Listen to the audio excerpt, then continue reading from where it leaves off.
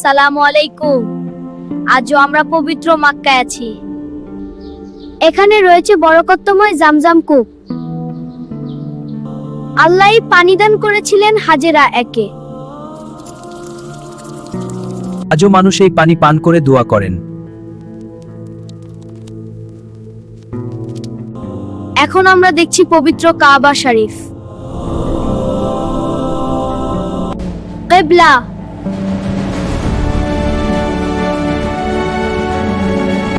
মুসলমান এখানে মুখ করে নামাজ পড়েন। এখান থেকেই নবী মুহাম্মদ মানুষকে সত্যের দাওয়াত দেন। মক্কার এই রাস্তায় হাঁটতেন তিনি। তিনি ছিলেন সত্য ও বিশ্বস্ত মানুষ। মানুষ তাকে ডাকতো আলামিন করে,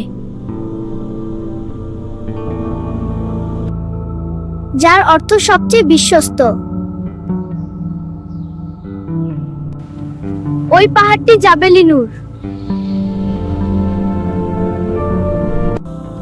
এখানেই প্রথম ওহী নাজিল হয়। প্রথম শব্দ ছিল ইকরা।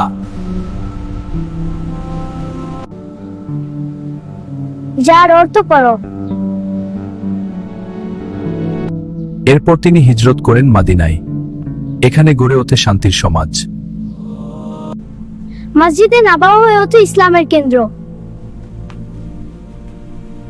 খেজুর ছিল মানুষের প্রধান খাবার। ব্যবসা বাণিজ্য ছিল ন্যায় ও সত্য, একদম ইসলামিক আইন মতো। আমরা শিখি সত্য ও ধৈর্য। শিখি ভালোবাসা ও ক্ষমা। শিখি শান্তির পথে চলতে। শিখি ভালোবাসা ও ক্ষমা। আল্লাহ আমাদের সবাইকে হেদায়েত দিন, আমিন। বন্ধুরা, এরকম ইসলামিক ভিডিও পেতে লাইক কমেন্ট সাবস্ক্রাইব করুন। হ্যাঁ, লাইক কমেন্ট সাবস্ক্রাইব করো। আরো ভিডিও দেখতে চাই।